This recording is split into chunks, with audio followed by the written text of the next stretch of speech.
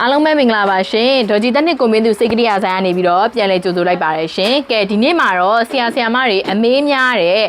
UV Starlizer လေးကိုမှညီမတို့ဆက်ကြီးတာเนาะအထဲမှာအများကြီးစန့်တာဆိုပြီးတော့မေးနေတဲ့အတွက်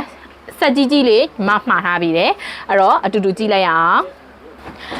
ဒီ UV cabinet ကလေးကကြတော့ညီမတို့စီမှာဆိုရင်ဒါလေးကထွေးအကြီးစားတွေလည်းဆက်မယ်ကစ်တနီထွေးကြီးစားလေးဆက်မယ်ဘိုးလေးတွေဆက်မယ် instrument ဆိုလဲเนาะဆရာမတို့9လက်မ10လက်မ9လက်မ10လက်မအဲ့လောက်ထိ size ကြီးတွေထိဆက်တယ်ပြီးရင်သူက UV ဖြစ်တဲ့အတွက်ပေါ့เนาะညီမတို့ cotton ဘိုးလေးတွေပေါင်းမလားနောက်ပြီး cotton ဘိုးလေးတွေပို့တက်မလား gauzeပို့တက်မလားဒါအပြင်တခြားပေါ့နော် facial tower လေးတွေတခြားစေကန်းသုံးပစ္စည်းတွေဒါမကပေါ့နော်ဒါက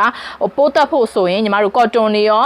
နောက်ပြီးတော့အဓိကကတော့ cotton လေးတွေထည့်ပြီးပို့တက်လို့ရတယ်ပေါ့နော် instrument တွေရော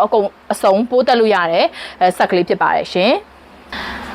နောက်ပြီး तू ကအဆင့်ကလေးဆိုရင်လည်းညီမတို့အဆင့်3ဆင့်ပါတယ်ပေါ့နော် UV မီးချောင်းလေးတွေကလည်းအထဲမှာ3ချောင်းပါဝင်ပါတယ်ရှင်ကဲ site ကလေးကလည်းတော်တော်ကြီးပါတယ်ဒါလေးဆိုတော်တော်လေးဆန်တယ်နော်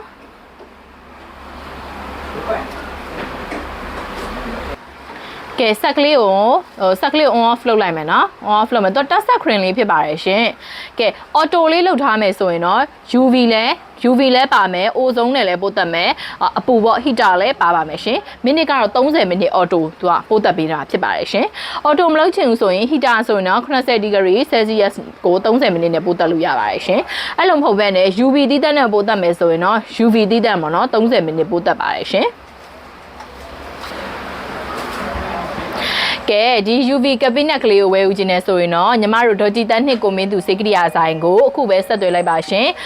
ဒီဟာလေးက